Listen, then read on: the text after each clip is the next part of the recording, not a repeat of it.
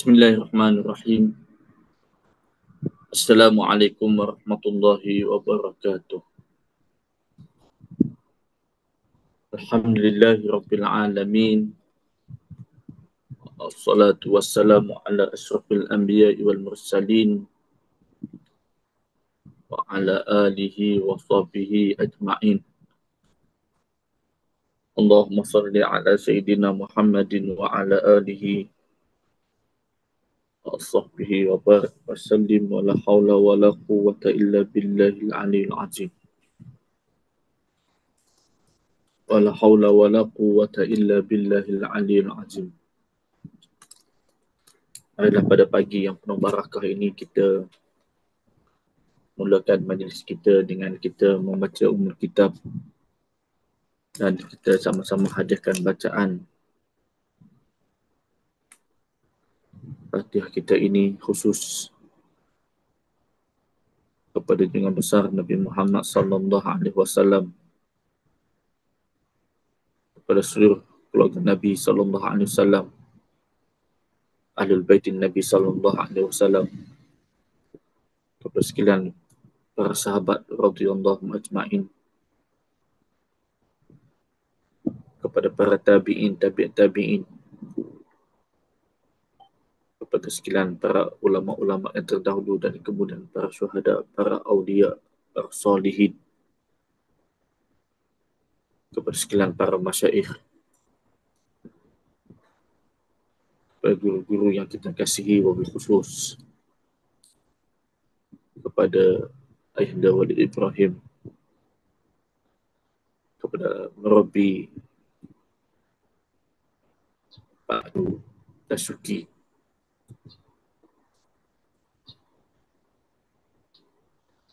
kepada keluarga kita, datuk nenek moyang kita, kedua ibu bapa kita, pasangan kita, dan kepada sekalian muslimin muslimat. Allahumma bismillahirrahmanirrahim. A'udzubillahi minasyaitonir rajim. Bismillahirrahmanirrahim. Alhamdulillahirabbil alamin, arrahmanir rahim, maliki yaumiddin. Iyyaka na'budu wa iyyaka nasta'in. Ihdinas siratal mustaqim. Siratal ladzina an'amta 'alaihim ghairil maghdubi 'alaihim waladdallin. Amin. Astaghfirullahal azim. Astaghfirullahal azim.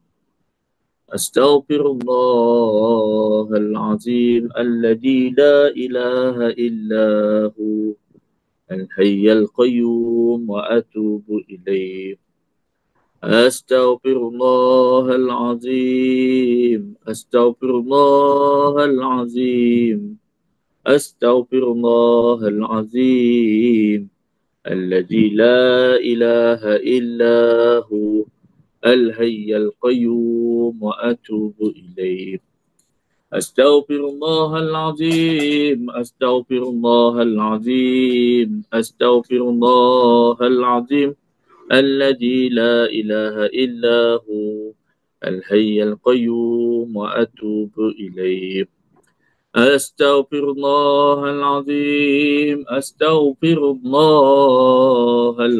Astaghfirullahal azim. Astaghfirullahal azim alladzi la ilaha illa hu al-hayyul qayyum wa atubu ilaih. Astaghfirullahal azim. Astaghfirullahal azim. Astaghfirullahal azim الذي لا إله إلا هو الحي القيوم وأتوب إليه. أستغفر الله العظيم. أستغفر الله العظيم. أستغفر الله العظيم الذي لا إله إلا هو الحي القيوم وأتوب إليه. Astaghfirullahal azim alladzi la ilaha illa hu al-hayyul qayyum wa atubu ilaih. Sallallahu ala Muhammad, sallallahu ala Muhammad, sallallahu ala Muhammad, sallallahu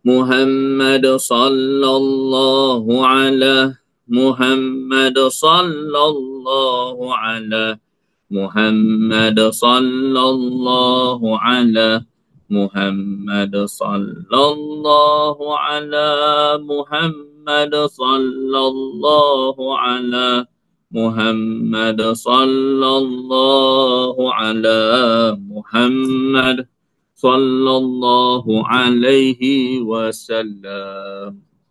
الفاتحة.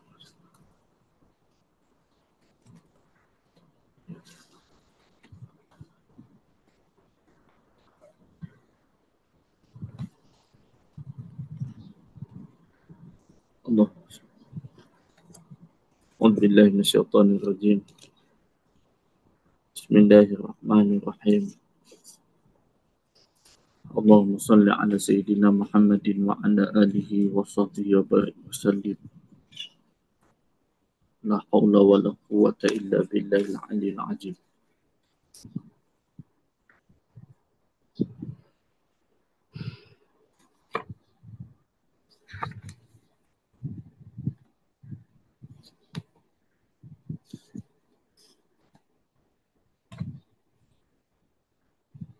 Alhamdulillah. InsyaAllah pada pagi ini kita sambung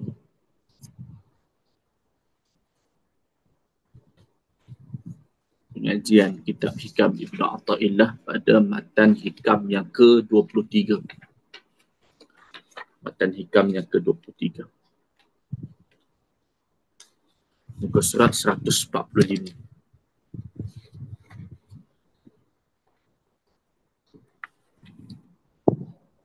Matan hikam yang ke-23. Muka surat 145.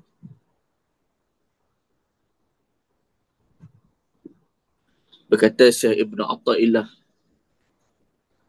kaifa yutasawwaru an yahjubahu syai'un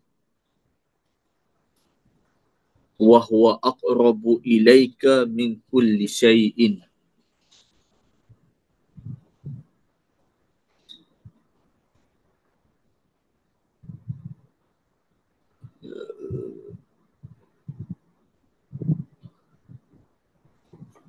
Bagaimana mungkin seseorang itu dapat menghijabkannya? Bagaimana mungkin sesuatu itu? Kaifa yutasawwaru an yahjubahu syai'un wa huwa di Allah aqrabu ilaika min kulli syai'in. Bagaimana mungkin sesuatu itu dapat menghijabkannya Allah, sedangkan dialah Allah lebih hampir kepadamu dari segala sesuatu. Allah lebih hampir kepadamu daripada segala sesuatu. Ini masih lagi membicarakan tentang kewujudan Allah. Sebagaimana yang telah dinyatakan berulang kali bahawa kita adalah cerita tentang dirinya. Kita adalah cerita tentang dirinya. Justru segala sesuatu yang ada, zahir ataupun ghaib, menyatakan dirinya Allah Subhanahu wa Ta'ala.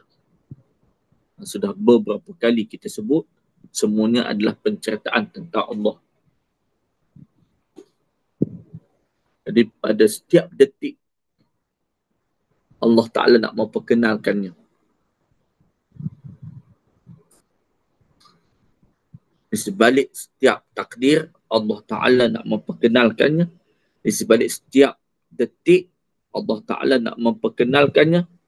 Di sebalik setiap perbuatan hamba-Nya pun adalah Allah Ta'ala nak menceritakan tentang dirinya Allah. Kita duduk, kita berjalan, kita makan, kita minum. kita tidur, kita menyantuk, kita berehat.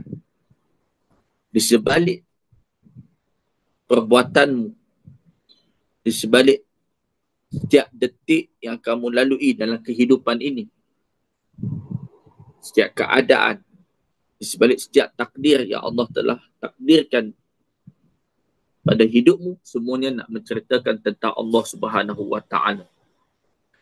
Di sebalik sakitmu, di sebalik sihatmu,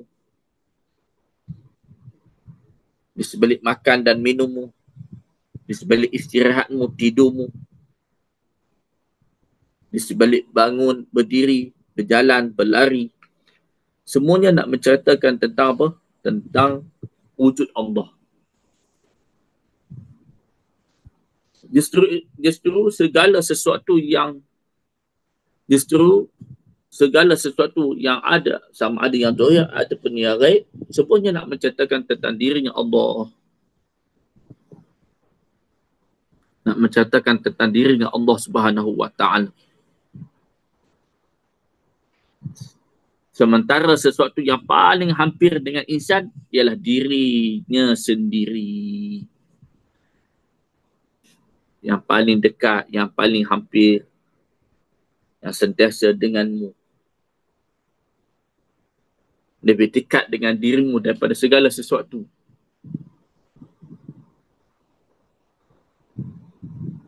Cintanya kepada dirimu itu lebih hebat, lebih kuat daripada cintanya pasanganmu pada dirimu. Cintanya Allah pada dirimu itu lebih hebat daripada cintanya seorang ibu dan ayah kepada anaknya.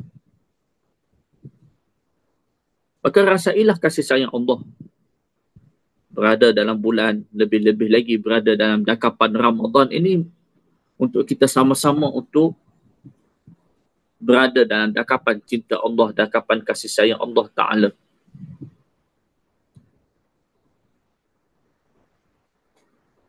Jadi paling dekat, paling hampir dengan dirimu Allah. Allah tidak jauh. Allah itu dekat dan hampir.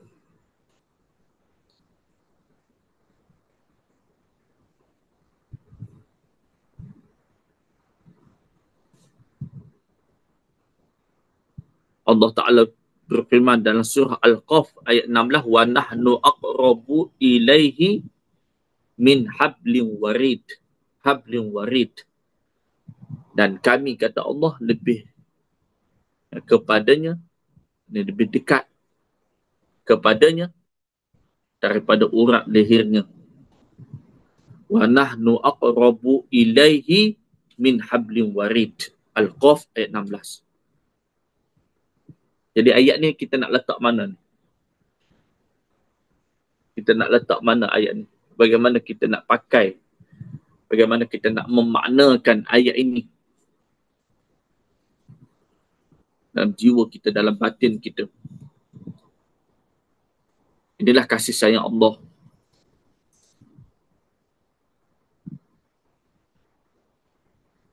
Jadi kalau orang tu benar-benar terpesona dengan Allah, maka dia fana sujud, dia memperhambakan diri kepadanya Allah. Sehingga tidak ada pun yang dipandang satu zarah pun, melainkan semuanya itu dia pandang adalah milik Allah Ta'ala. Sebab itulah kita nak proses, kita cari guru, kita cari mursyid. Kita nak proseskan supaya jiwa kita ini, batin kita ini terpesona dengan Allah. Terpesona akan tajalli Allah Subhanahu wa Ta'ala. Jangan terpesona dengan amalmu. Nanti kamu akan menjadi hamba kepada amalmu. Jangan kamu terpesona dengan ibadahmu. Nanti kamu akan terpesona dengan ibadahmu. Maka nanti apa? Kesannya kamu akan sombong dengan amalmu dan kamu akan sombong dengan ibadahmu. Jangan terpesona dengan ilmu. yang Allah Ta'ala berikan kepadamu, jangan terpesona dengan amal yang Allah Ta'ala kurniakan pada dirimu. Nanti kamu akan menjadi hamba kepada ilmu, hamba kepada amal. Ada mereka dia terpesona, dia boleh bangun malam, dia rasa hebat, hairan. Dia hairan. Ini ujub. Datang keheranan akan ilmu yang dimilikinya. Datang keheranan akan amal yang dikerjakannya. Jadi dia terpesona dengan amal, dia terpesona dengan ibadahnya, dengan ilmunya. Maka apabila dia terpesona di situ, dia akan membawa kepada kesombongan. Sombong dengan ilmu, sombong dengan amal, sombong dengan pangkat, sombong dengan kedudukan, sombong dengan jawatan. Kerana dia terpesona di situ. Maka kalau kamu terpesona kepada sesuatu selain daripada Allah, bagaimana kamu nak terpesona dengan Allah? Namun bagi Allah Ta'ala angkat kalbunya, dia terpesona dengan Allah. Dia terpesona dengan tajalli, kenyataan, cerminan Allah pada 4 martabat tersebut. Maka tidak lagi dia pandang pada dirinya, fanaklah dirinya, sujudlah dia dengan penuh kehambaan, penuh kefakiran pada Allah Ta'ala. Sentiasa kekal dalam hatinya, sentiasa kekal dalam kalbunya itu. Tidak ada satu zarah pun kemuliaan yang ada pada dirinya, melainkan dia benar-benar fakir dan hina selama-lamanya di sisinya Allah Subhanahu wa Ta'ala.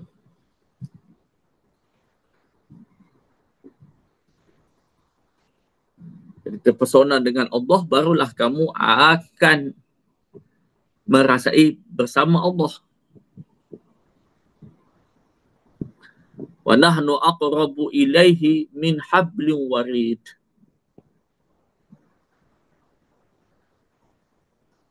Dekatnya Allah lebih dekat daripada sesuatu yang berada di sekelilingmu.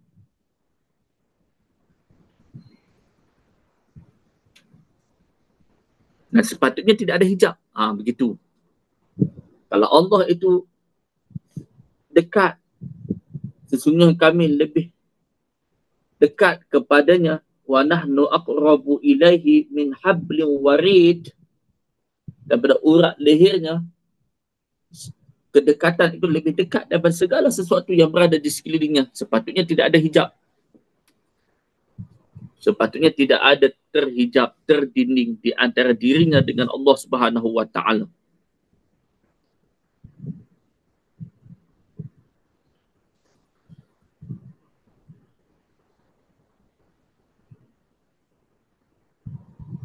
Namun kenapa? Sebab terpesona kepada yang lain.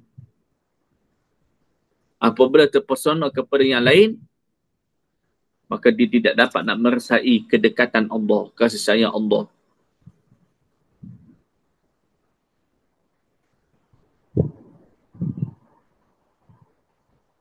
Yang inilah perlu kepada ketajaman rohani.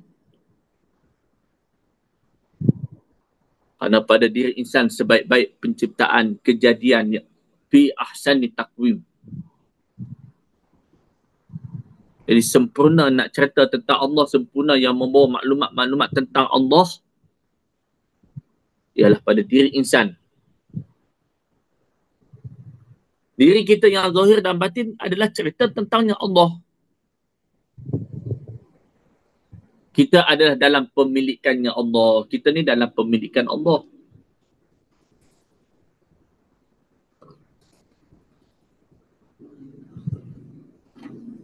Kita ni di dalam kekuasaannya, dalam genggamannya. Kekuasaannya Allah Subhanahu wa Ta'ala. Mana mungkin Allah sentiasa dekat denganmu, Allah sentiasa bersamamu, ada sesuatu yang menghijabkan kamu dengan dia. Mana mungkin?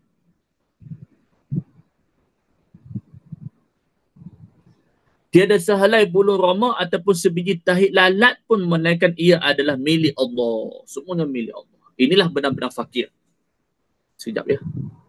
Saya minta berhenti dalam 2 minit. Sekejap.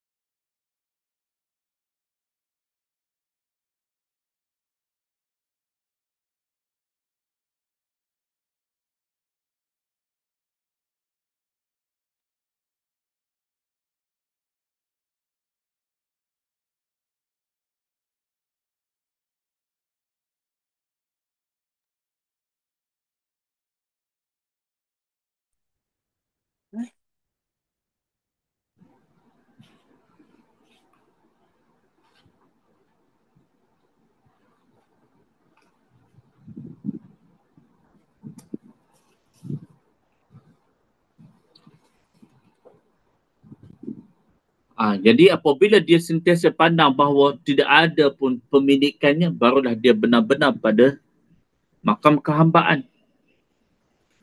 Barulah benar-benar dia berada pada makam kehambaan. Dan semuanya ini nak cerita tentang Allah. Nak cerita tentang wujud Allah. Nak cerita tentang kasih sayang Allah Subhanahu Wa Ta'ala.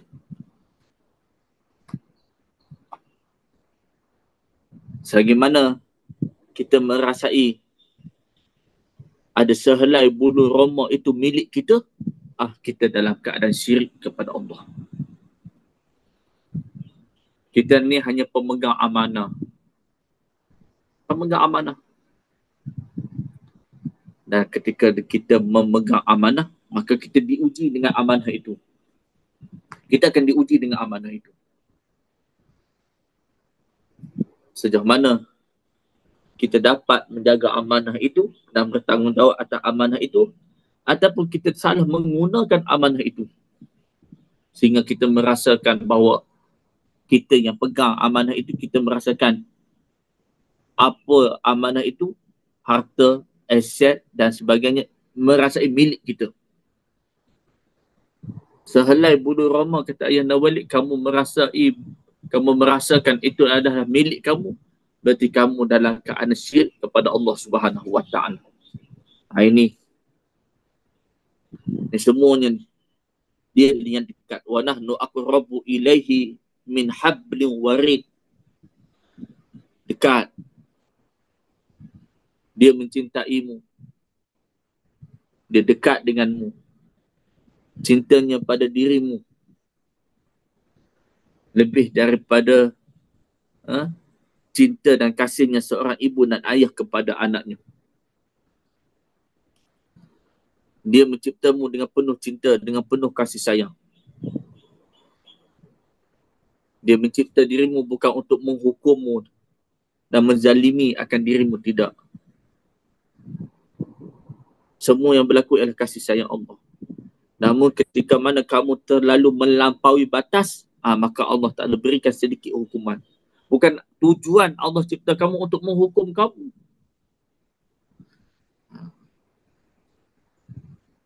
Maka Allah Ta'ala turun syariat supaya benar-benar kamu duduk dalam dakapan dia. Ketika kamu benar-benar duduk dalam syariat dan hakikat, benar-benar kamu berada dalam dakapannya. Apabila kamu telah melanggar syariat dan melanggar batas, maka Allah Ta'ala berikan sedikit hukuman. Dan hukuman yang Allah Ta'ala berikan itu bukan tanda Allah Ta'ala menzalimimu. Tetap masih dalam kasih sayang Allah. Masih dalam kasih sayang Allah Ta'ala. Begitu dia kasih sungguh. Begitu dia kasih kepada hamba-hambanya.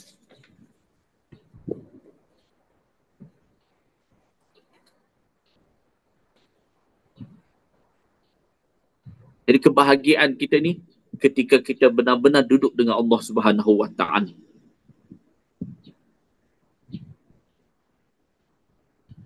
Itulah pokok kebahagiaan. Pokok kebahagiaan ketika mana kamu memandang semuanya ini dari Allah, segala-galanya dari Allah, semuanya adalah milik Allah, dan kembalikan ia kepada Allah. Itulah pokok kebahagiaan.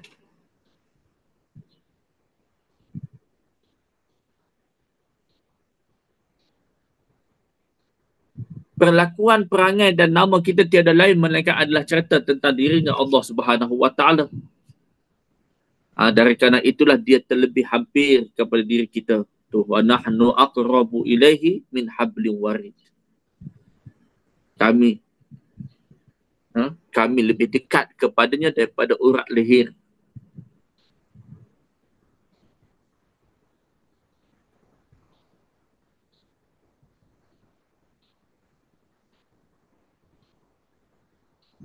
Kan kita sebut dalam syarahan hikam-hikam yang sebelum ini, dalam matan-matan yang berkaitan ini. Bahkan ini juga disebut dalam kitab Iqazul Himam Syekh Ahmad bin Ajibah.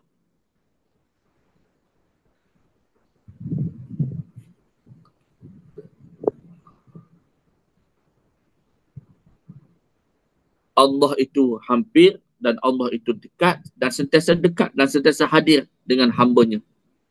Berdasarkan ayat tadi.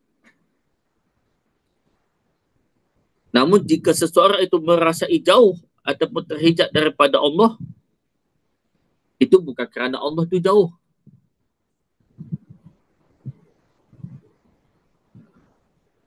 Itu bukan kerana Allah itu jauh. Tapi kerana hati manusia sendiri yang tidak menyedari akan kehadirannya Allah Subhanahu wa taala. Ini kata Syekh Ahmad bin Ajibah dalam Syarah Ibnu Athaillah dan kitab Iqadul Himam.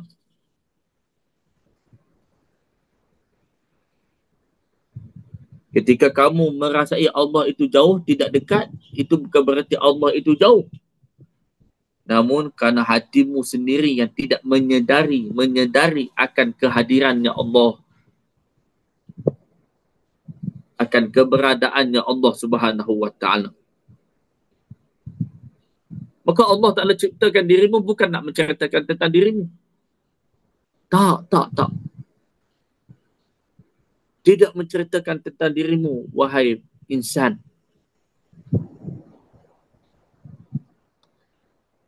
Tetapi dia nak menceritakan tentang dirinya Allah. Ni, segala apa yang ada pada diri kamu ni, semuanya nak cerita tentang diri Allah.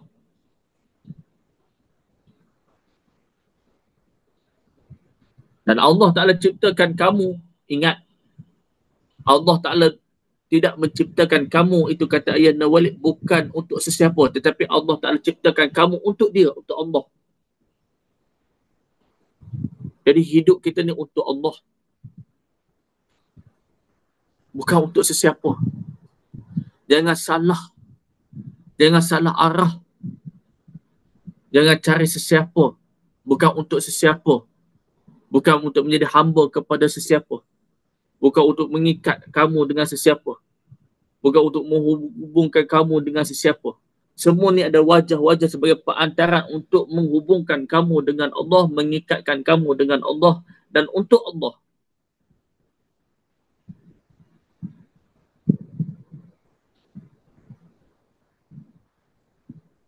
Allah Ta'ala menciptakan dirimu untuknya Allah.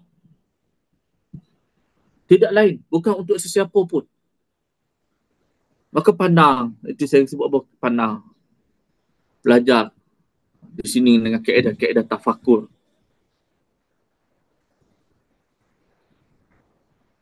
Kata Syekh Ahmad bin Ajibah, nak buka balik hijab ni, duduk tafakur dan tadabbur. Tafakur dan tadabbur itu satu. Merenungi ayat-ayat Allah.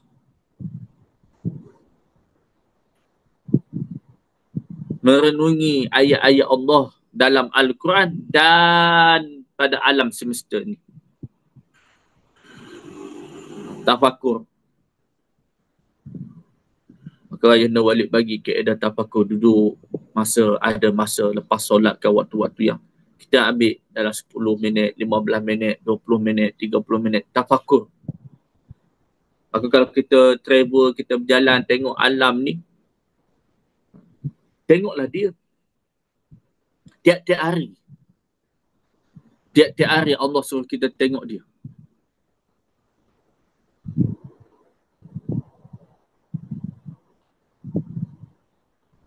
Dan nikmat ini tidak ada pada si buta. Tidak ada. Allah bagi mata untuk tengok. Tengoklah dia. Tengoklah wajahnya. Tengoklah kenyataan-kenyataannya.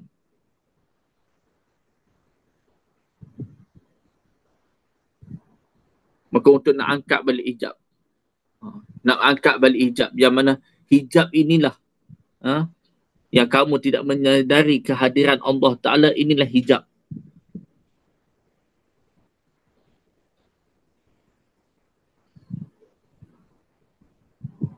Dan hijab ni adalah ilusi. Dia adalah satu ilusi. Dia bukan realiti. Ni, sangkaan kamu, penilaian kamu, segala bisikan-bisikan syaitan dan nafsu tu, tidak ada yang betul bisikan nafsu dan syaitan ni. Kalau betul itu tidak dinamakan bisikan nafsu dan bisikan syaitan. Ustaz, saya dapat satu bisikan dan masing-masing muafakat itu adalah bisikan syaitan. Dan dia mengiyakan bahawa betul. Benar bisikan syaitan. Mana ada bisikan syaitan itu benar? Mana ada bisikan nafsu itu benar? Semua zon. Bisikan-bisikan itu hanya sangkaan-sangkaan. Datang bisikan begini-begini. Datang bisikan begini-begini. Kadang-kadang dia datang juga bisikan itu dalam ahli ibadah. Sehingga timbul, betulkah Allah Ta'ala boleh memberikan keampunan kepadaku? Aku ni dosa banyak, silap banyak. Adakah Allah Ta'ala akan berikan keampunan dan terima aku? Sehingga hilang yakin. Berarti kamu meragui akan sifat At-Tawwab, sifat Al-Ghafur Allah. Berlarilah, tubu ilallah. Taubatlah kamu kepada Allah. Kamu datanglah bagaimana keadaan dirimu. Sebesar mana pun, selautan mana pun, setinggi mana pun gunung dosa Allah. Itu kecil nak dibandingkan dengan lautan rahmat Allah. Seorang ibu, walaupun anaknya berulang-ulang kali melakukan kesilapan dan kesalahan, tetap seorang ibu akan apa? Akan menerima anaknya. Anak keluar daripada rahimnya. Dialah yang mengandung, dialah yang menjaga, membesarkan, memberikan pendidikan. 9 bulan, 10 hari ni. Sakitnya ketika mengandung. Apatah lagi periknya ketika nak lahirkan. Datang daripada rahimnya. Bagaimana keadaan kamu sekalipun, berulang kali kamu mohon maaf dan kamu melakukan kesalahan yang sama, pecah hati seorang ibu sekalipun. Tidak ada ibu buang anak. Kalau ibu tu sihat lah.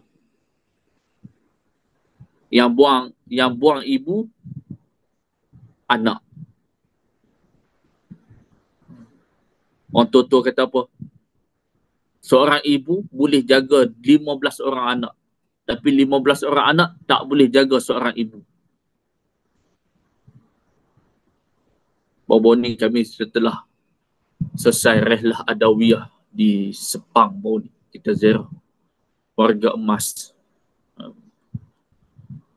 Tahan air mata kita melihat orang tua di sana. Yang ada anak tapi dia tak umur orang tua-tua. Tak mampu nak jaga seorang ayah, seorang ibu. Yalah, masing-masing boleh berikan alasan. Tapi ingat, nikmat ibu tidak akan datang 2 kali. Selagi ada ibu, berbaktilah pada ibu. Itu pintu syurgamu. Jangan mengeluh dalam hidup ni. Ibu tak pernah mengeluh pun menjaga kamu. Redha ibu, redha ayah itu syurga. Apa makna zikir kamu? Apa makna suluk kamu? Apa makna salik kamu? Apa makna tazkiyah kamu? Apa makna mujahadah kamu kalau hidup kamu tidak ada redha ibu dan ayah? Restu mana? Pembukaan apa yang kamu akan dapat? Seburuk manapun ibu, tetap ibu. Sejahat manapun ibu, tetap ibu.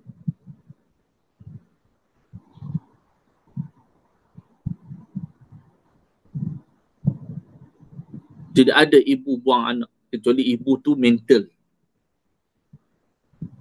Ibu yang sihat tak akan buang anak. Datanglah kamu, kotor, najis sekalipun. Itu kasih sayang ibu. Makhluk dengan makhluk, bagaimana kasih sayang Allah?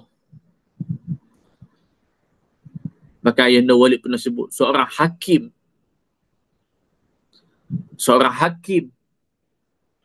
dia akan berusaha untuk mencari apakah lagi bukti-bukti yang boleh melepaskan pesalah tersebut. Ini hakim di dunia. Seorang hakim dia akan pastikan tak ada nak jatuh apa pun hukum.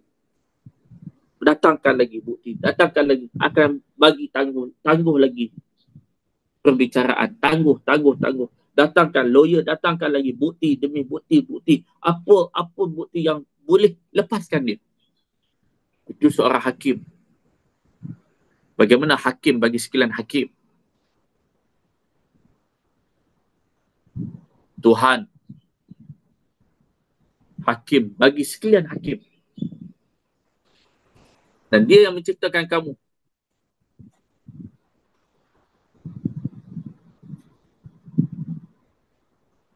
Jadi kamu datanglah sebesar mana lautan dosa sekalipun, setinggi mana gunung sekalipun dosamu, nak dibandingkan dengan lautan rahmat Allah, itu kecil.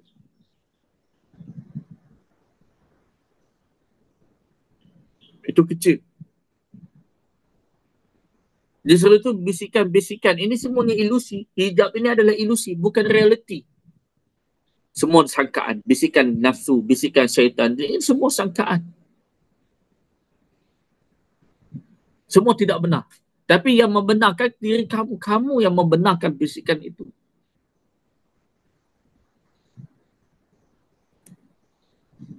Dan kamu yang membenarkan bisikan-bisikan itu, lintasan itu. Kamu layan bisikan itu. Inilah benda yang perlu dihapuskan.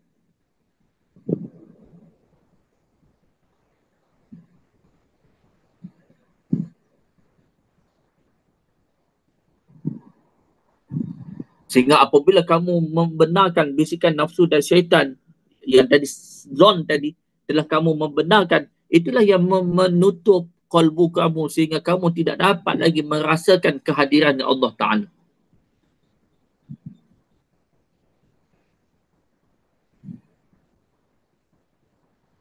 Ni hijab ni, berapa lapisan hijab ni. Itulah. Kena sentiasa istighfar di atas istighfar. Istighfar di atas istighfar. Dalam keadaan kita istighfar lagi. Dalam keadaan kita istighfar, kita rasa kita lah dah bersih, kita sudah beristighfar, kita sudah datang perasaan mulia dengan istighfar. Istighfar lagi di atas istighfar tersebut. Maka Rabi'atul Adawiyah istighfar di atas istighfar. Dalam keadaan istighfar, dia rasa takut istighfar tu ada diri. Dia rasa dengan istighfar tu dia rasa mulia. Dia rasa istighfar itu dia rasa bagus. Dia rasa istighfar tu dia sudah rasa suci. Maka dia istighfar lagi di atas istighfar tersebut.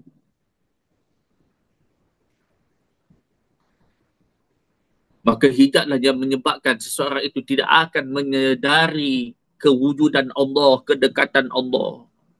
Wa nahnu aqrabu ilaihi min hablin warid. Sebab apa tak rasa ma'iyah, akrabiyah? Ni justru itu di antara jalan untuk nak angkat hijab itu ialah tafakur dan tadabbur.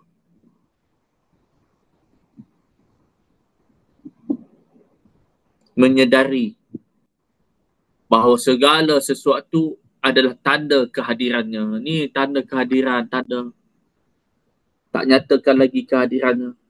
Kita dah baca bahawa dari hikamnya ke-16. Sentiasa dia hadir.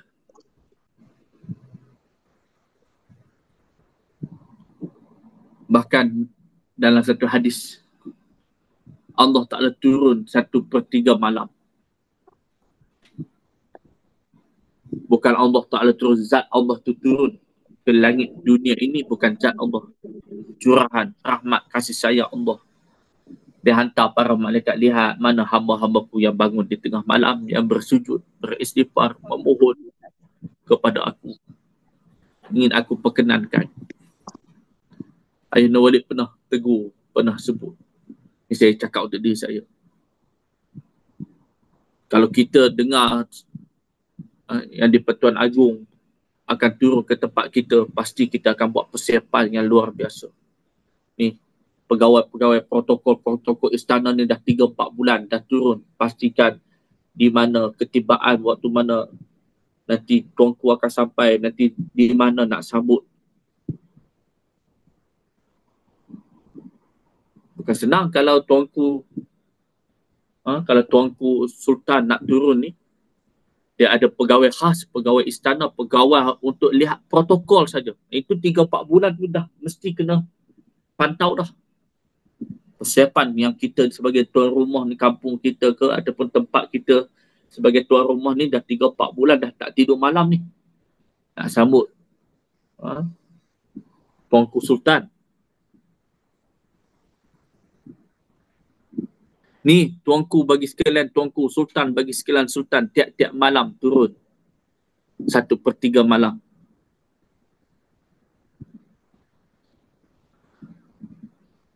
Tak pernah kita sambut pun. Tak pernah kita bersungguh pun. Tak pernah kita ambil peluang pun untuk bermanja dengan dia. Untuk berbisik dengan dia. Untuk mengadu kepada dia. Kita banyak mengadu pada manusia. Kurangkan hidup kita ni mengadu pada manusia. Banyak mengadu dengan Allah. Sampai orang tak nampak pun kita ada masalah.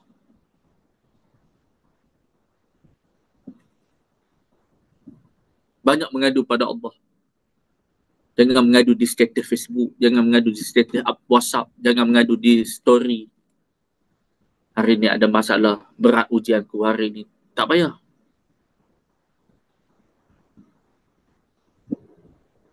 Aku diuji. Penuh status WhatsApp nak cerita ujian di hari tu. Penuh status Facebook nak cerita dia diuji dengan ujian yang berat pada hari tersebut. Penuh story nak cerita masalah. Cerita pada Allah.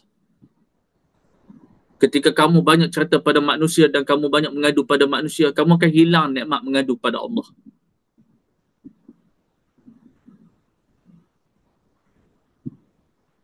Allah.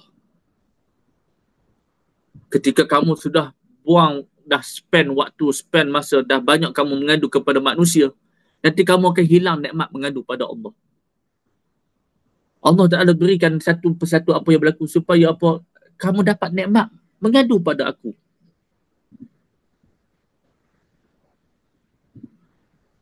Mengadu pada aku. Jangan mengadu pada manusia. Jadi hidup kita ni kena kurang mengadu pada manusia.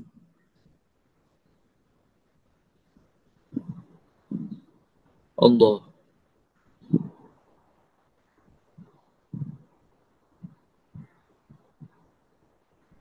Kadang-kadang sampai orang tak tahu pun dia ada bebanan yang besar. Waktu mana ada ujian kamu ni? Tak nampak pun, tak pernah cerita pun ujian kamu. Masalah seberat ini. Kami siang dan malam dengan kamu. Nampak segala aktiviti pergaulan kamu seakan-akan tak ada masalah. Dia tak nak mengadu pada manusia. Banyak mengadu dengan Allah. Inilah tafakur dan tadabbur. Ini jalan untuk nak buka hijab.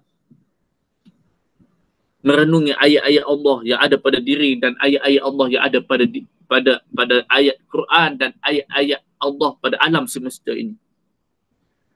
Sehingga menyedari bahawa segala sesuatu ini adalah tanda kehadiran Allah. Itu yang pernah saya sebut dah tu. Justru itulah untuk nak merasai kebersamaan dengan Allah itu, kita kena bersihkan kegelapan dosa, kegelapan syahwat kita, kelalaian kita, keterikatan kita kepada dunia. Dosa inilah yang akan membuat hati kita gelap sehingga kita tidak mampu nak menangkap cahaya ketuhanan. Ini bulan Ramadan, bulan Allah buka pintu keampunan seluas-luas. Ya Allah, ampuni kami. Ya Allah, ampuni kami. Ya Allah. Hijab ni kenapa? Atas kelalaianmu, atas maksiat kamu, atas keterikatan kamu kepada dunia dan kepada sesuatu selain Allah. Itulah yang menyebabkan terbinanya hijab. Maka untuk nak buka kembali, bersihkan dia dengan istighfar, dengan selawat, Kerana dosa lah yang menyebabkan hati gelap sehingga tidak mampu untuk nak menangkap cahaya-cahaya ilahiyah.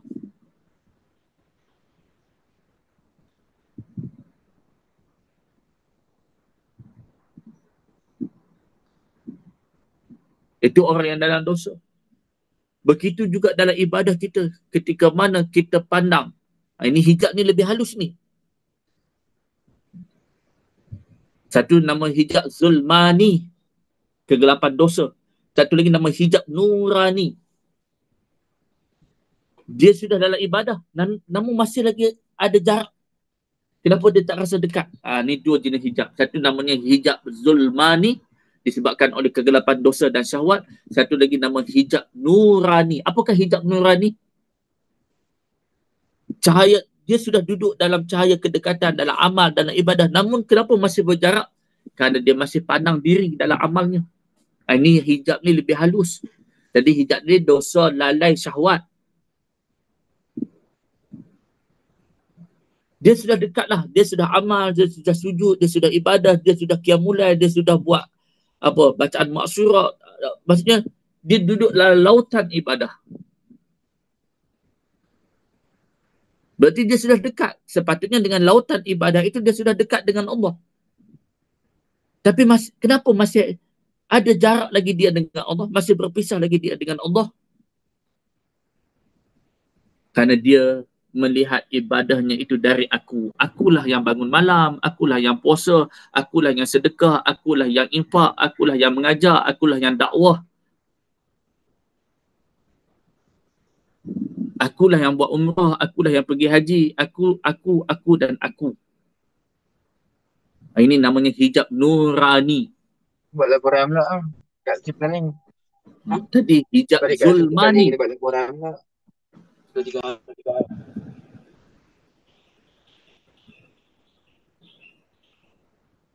Dia sudah duduk dalam cahaya kedekatan. Namun kenapa dia masih berjarak? Dia sudah dalam lautan amal. Namun kenapa masih jarak?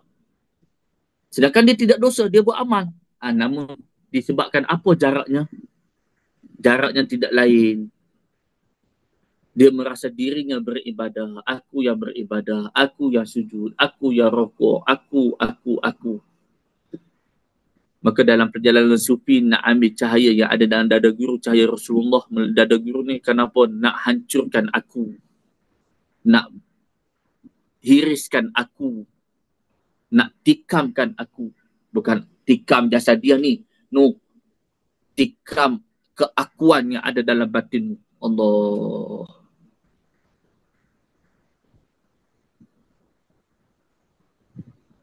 Akulah yang, ni usaha aku, ni usaha dakwah aku lah ni. Kampung ni boleh semua baik, bagus. Ni murid aku. Ini followers aku. Dia duduk dalam tarbiyah aku. Dah, habis. Ni anak didik aku. Sebab didikan akulah jadi. Kan dah sebut, dah. Ni hijab nurani. Tetap dia terpisah dengan Allah.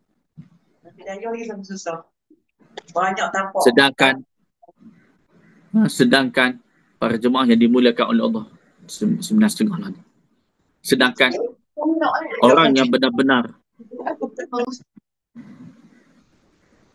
benar-benar mencapai kesempurnaan makrifat ini, orang yang benar-benar mencapai kesempurnaan makrifat, dia sedar, dia menyedari bahawa segala sesuatu berasal dari Allah.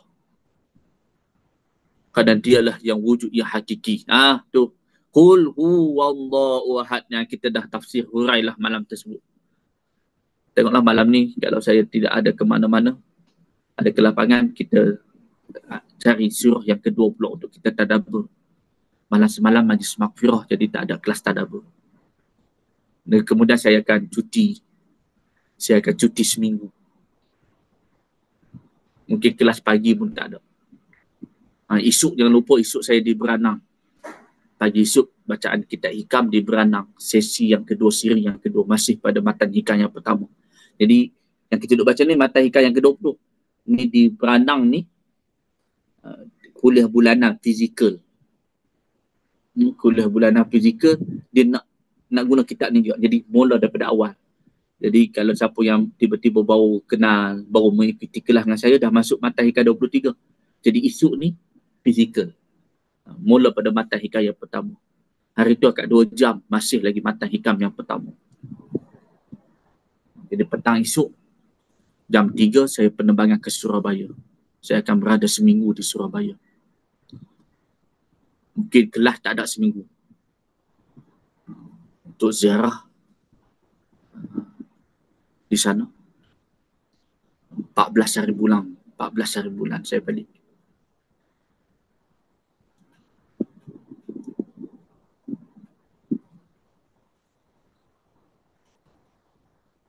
Esok 8 penerbangan jam pukul 1 di airport.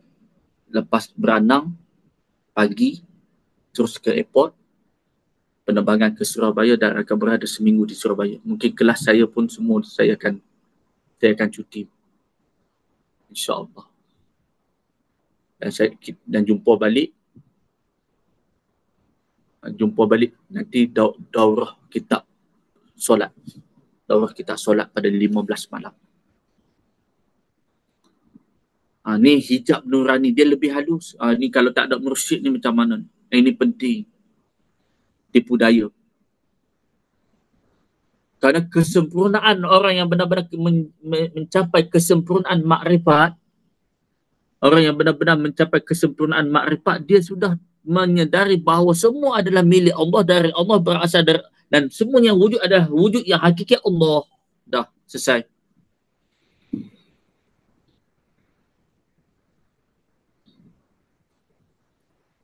Ini yang disebut kena tempuh jalan fana. Dan nak tempuh jalan fana bukan buat-buat fana, bukan pura-pura fana, bukan berlakon-lakon fana. Ini kena sungguh kekuatan limpahan nur yang Allah Ta'ala campakkan. Inilah nak kena petali dengan selawat. Dada mursyid tu.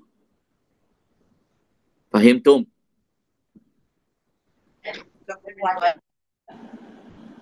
Baik, sikit lagi. Habis dah. Dia adalah satu kezaliman yang paling besar apabila insan mengisbatkan miliknya pada mereka. Ini kalau siapa yang mengikuti daurah kitab Allah Syariah Hakikat 2, memandang wajah tajalinya. Saya dah hurai panjang tentang nafi dan isbat. Apa itu nafi, apa isbat, apa yang kita nak nafi, apa yang kita nak isbat. Nafi isbat pada martabat zat, nafi isbat pada martabat sifat, nafi dan isbat pada martabat apa? Pada martabat asma', nafi isbat pada martabat apa? Kitab Allah Syariah Hakikat 2. Nanti boleh hubungi admin macam mana nak dapat rakaman, macam mana nak mengikuti pengajian kelas tersebut. Dah masuk pasal 5, pasal 6 dah kitab.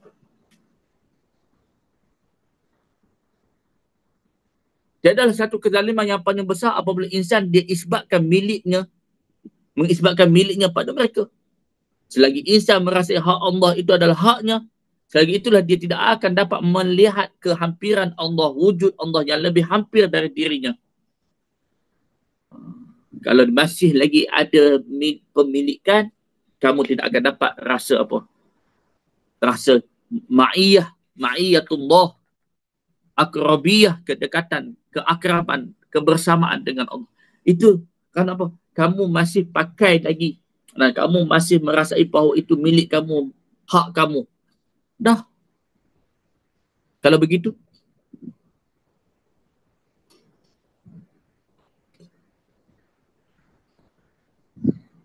jadi orang yang panak ni, orang yang lebur ni, dia kesedaran ketuhanan itu sentiasa terbit dalam batinnya.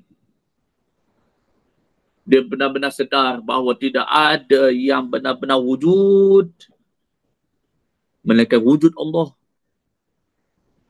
Segala dia pandang semuanya adalah manifestasi dari kewujudan Allah.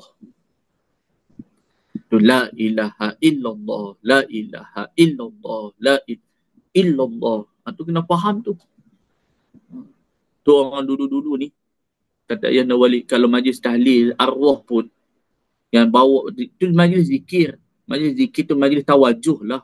Cuma sebut majlis tahlil, halaqah tahlil arwah. Orang dulu-dulu ni yang nak bawa la ilaha illallah tu, kalau yang nak pimpin tu, dia tak tolak siapa-siapa.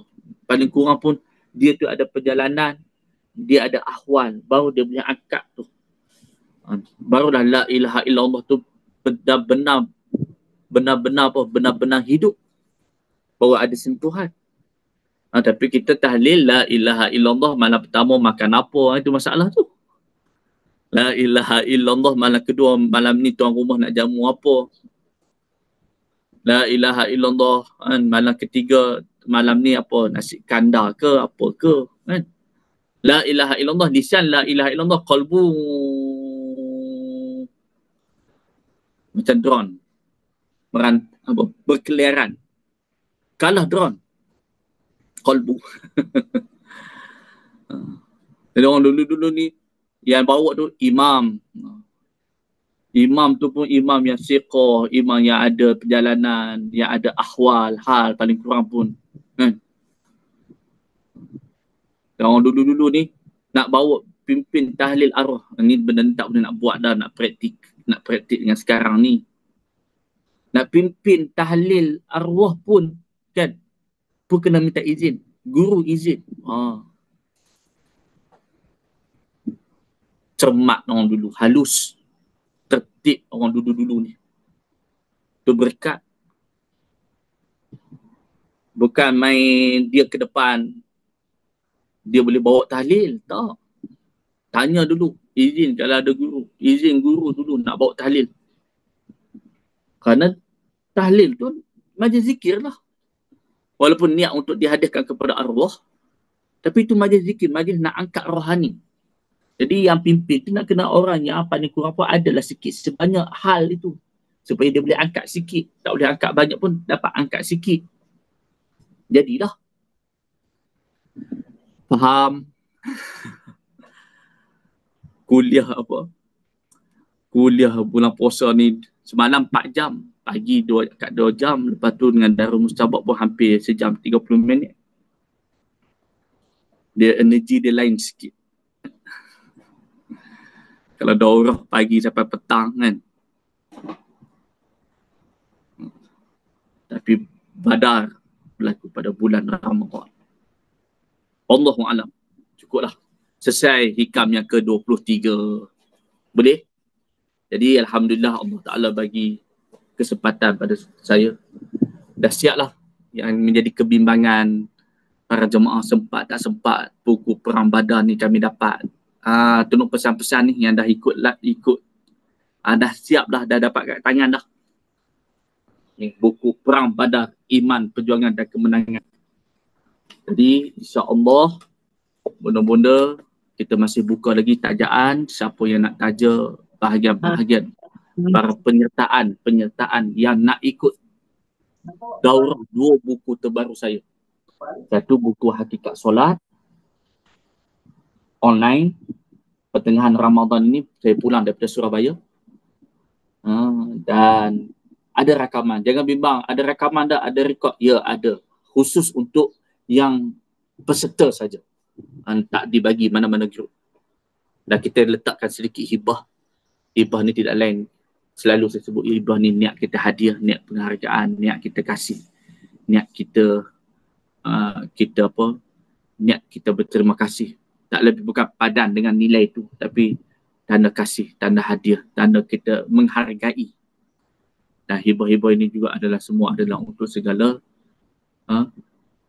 aktiviti-aktiviti yang dijalankan oleh majlis ta'lim kita. Jadi buku Hakikat Solat dan buku Perang Badar.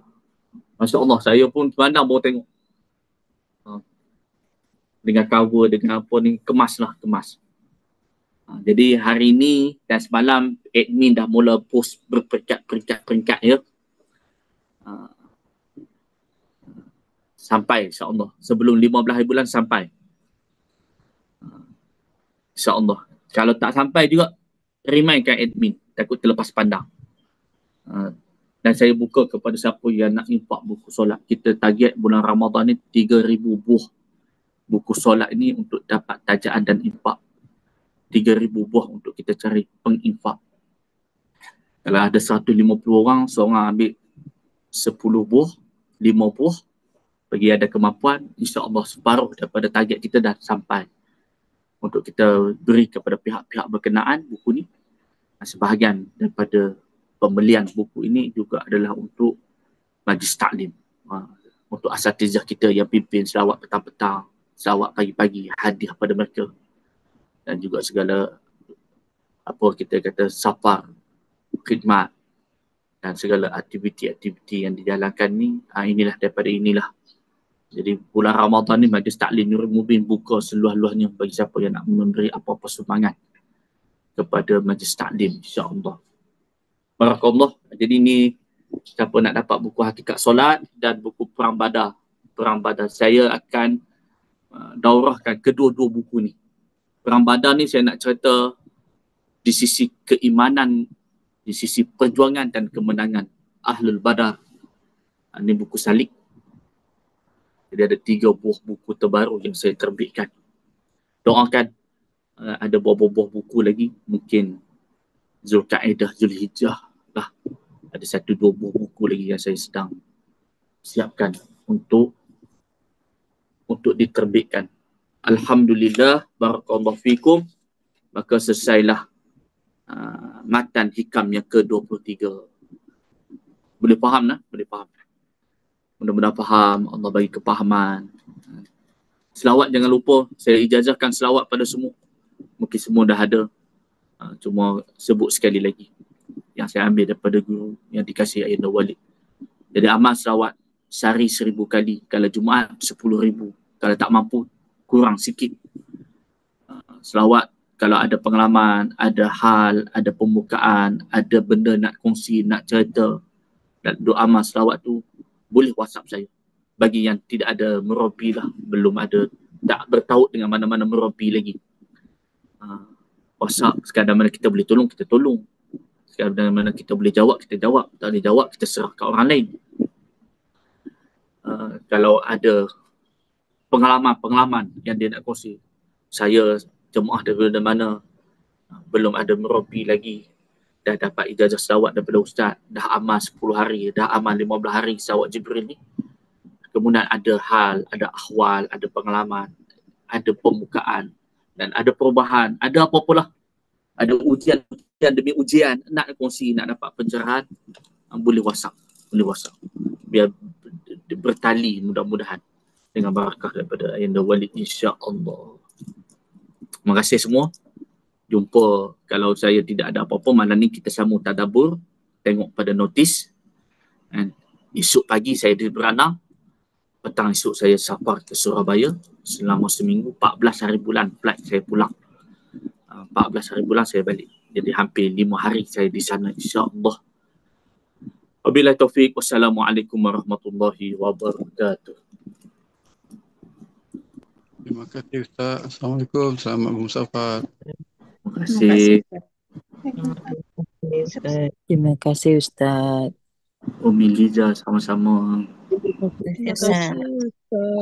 Assalamualaikum. Selamat bersafar.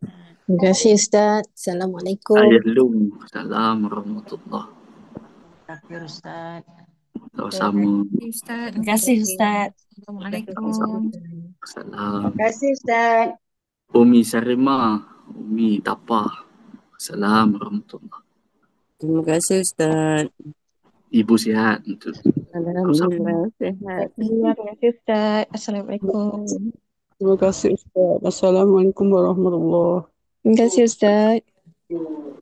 Assalamualaikum Syafir. Ustaz.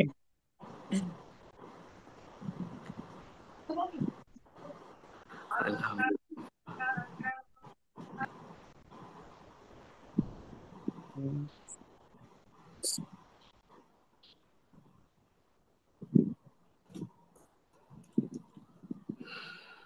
Terima kasih Ustaz. Terima kasih Ustaz. Terima kasih Ustaz. Assalamualaikum. Salam. Terima kasih Ustaz. Assalamualaikum. Wassalamualaikum warahmatullahi. Sama-sama. Assalamualaikum Ustaz. Umi Rohana Ibu. Alhamdulillah. Ustaz Muhammad sihat sana? Alhamdulillah, Umi sihat. Umi nak Umi nak bersafir dekat dengan ke Putrajaya ini insya-Allah. Terima kasih.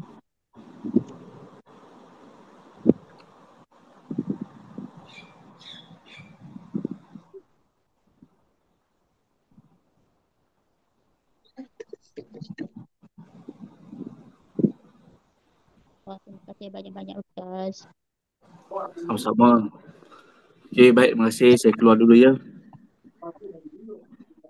Ya, Ustaz.